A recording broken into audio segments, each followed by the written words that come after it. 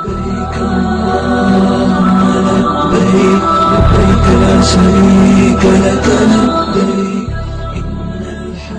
قرآن مجید میں بھی اللہ نے اس کا ذکر کیا.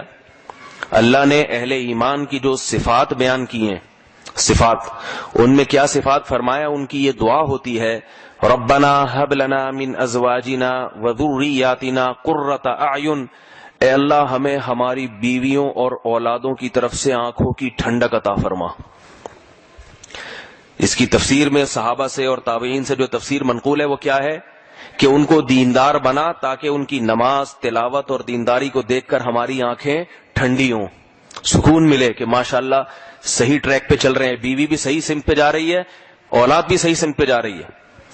جو بے دین آدمی ہے اس کو بیوی کے پردے اور نماز روزے میں اتنی دلچسپی نہیں ہوتی.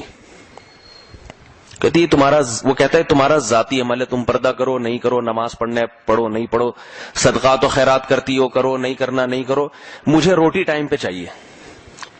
سمجھ رہے ہیں؟ مجھے کیا چاہیے؟ روٹی ٹائم پہ چاہیے، میرے لیے زینت اختیار کرو.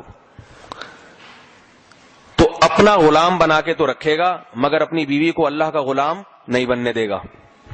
اور جو دیندار آدمی ہے اسے اگر کبھی ایسی عورت مل جائے جو اس کی خدمت نہیں کرتی، خدمت میں کمزور ہے لیکن نماز پابندی سے پڑھتی ہے، پردہ کرتی ہے، تو یہ اس کے ان عیوب کو برداشت کرے گا اس کی نماز اور پردے کی بنیاد پر.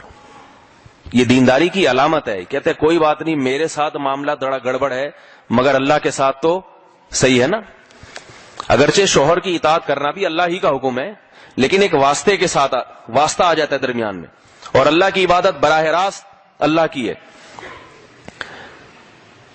حضرت عبداللہ ابن مسعود رضی اللہ تعالی عنہ فرماتے ہیں کہ میں بے نمازی عورت کے ساتھ گزارا کروں، بے نمازی عورت کے ساتھ گزارا کروں جبکہ اسے طلاق دینے میں میرے ذمے مہر بہت دینا پڑے، تو فرمایا میں مہر کا قرضہ برداشت کر لوں گا مگر اس کے ساتھ رہنا برداشت نہیں کروں گا، مقروض ہو کے مر جاؤں میں.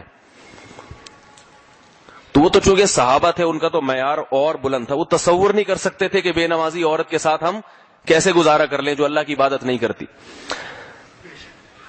لیکن علماء کہتے ہیں اس زمانے میں یہ درست نہیں ہے کہ بے نمازی ہے تو طلاق دے دیں، کیونکہ صحابہ کے دور میں اور اب میں فرق ہے. لیکن اس سے اتنی بات تو ثابت ہوتی ہے کہ عبداللہ بن مسعود رضی اللہ عنہ کی نظر میں بیوی کی سب سے اچھی اور پہلی صفت کیا ہے؟ اس کا نمازی ہونا، اس کا نمازی ہونا. تو قرآن مجید میں اللہ نے بتایا کہ اہل ایمان یہ دعا مانگتے ہیں کہ اے اللہ ہمیں ہماری بیویوں اور ہمارے اولادوں کی طرف سے آنکھوں کی ٹھنڈک